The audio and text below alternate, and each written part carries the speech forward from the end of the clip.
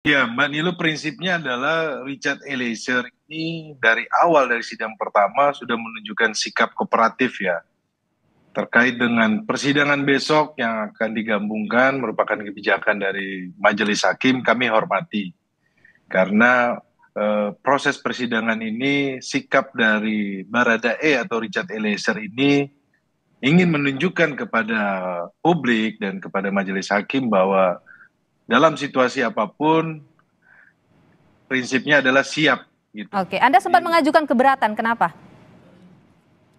saya sampaikan kepada majelis hakim bahwa mengingat klien saya ini adalah sebagai justice collaborator ya, sesuai dengan Undang-Undang Perlindungan Saksi dan Korban bahwa sebagai GC tentunya harus dipisah ya, itu sudah diatur dalam undang-undang. Tetapi sekali lagi bahwa kami menghormati dan kami menghargai yang menjadi putusan dari majelis hakim. Oke, selain Karena karena GC, apa yang Anda khawatirkan dengan digabungnya misalnya persidangan ini?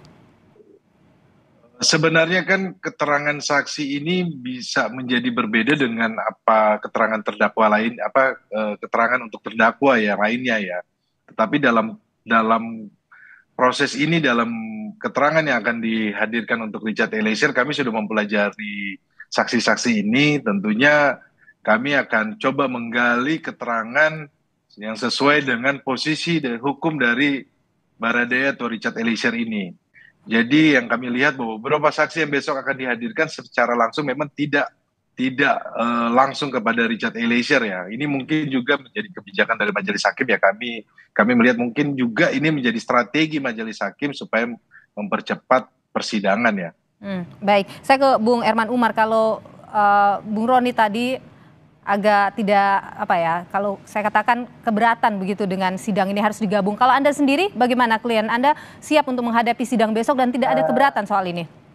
Ya, kemudian kita paham juga artinya dari segi Roni jelas lah, karena dia selama ini fokus dia mengajukan DC pasti ada kan tentunya ada pengen ada selalu ada ada perbedaan lah gitu. Nah, tapi ya udah akhirnya Roni juga menghargai putusan majelis karena majelis menganggap efisiensi gitu. Itu kita hargai, terima kasih gitu. Kalau saya sebenarnya kalau ini memang kalau bicara ini memang pasti ada keberatan. Tapi saya berpikir masalah ya toh juga saksi-saksi ini yang tidak berhubungan langsung dengan dengan klien saya gitu.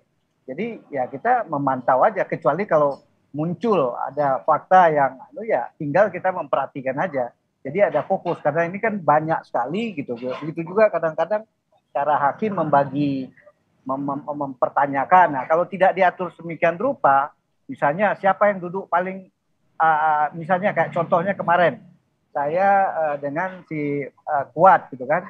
Nah, pengacara Kuat ternyata ya pertanyaannya udah diberondong semua, kadang-kadang ya nggak, harusnya kita mau coba besok kita ingatkan majlis siapapun yang ya bergantian aja supaya nggak hilang konsentrasi gitu. Jadi ya itu yang kerugiannya kalau kalau nggak hati-hati ya bisa terlewatkan, ada yang mana tahu ada yang fakta yang kira-kira berhubungan, kalau nggak hati-hati ya mungkin terlewatkan. Hanya itu aja gitu. Tapi Oke. prinsipnya setuju nggak ada masalah gitu untuk sidang sama-sama. Oke.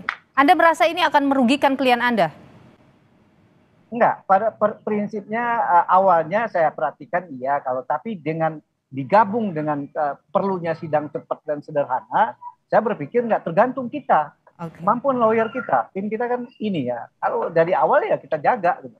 Oke. Jadi pada akhirnya saya merasa bisa menerima gitu. Oke. Kalau Bung Roni, Anda merasa ini akan merugikan klien Anda? Kita lihat besok ya Mbak Nilu. Prinsipnya adalah persiapan dari tim penasehat hukum, tentunya juga kami mempunyai strategi-strategi khusus ya dalam menghadapi persidangan besoknya.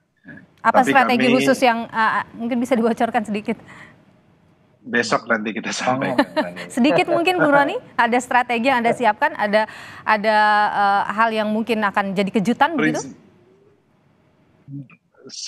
kalau kita memperhatikan bahwa dari saksi yang besok dihadirkan ini menegaskan posisi hukum klien saya, yang dimana klien saya tidak mempunyai niat atau mens rea ya. Ini nanti penegasan lagi besok. Jadi kita sudah mempelajari berkas-berkas, kemudian saksi yang dihadirkan besok Gambarnya seperti itu Mbak Nilo.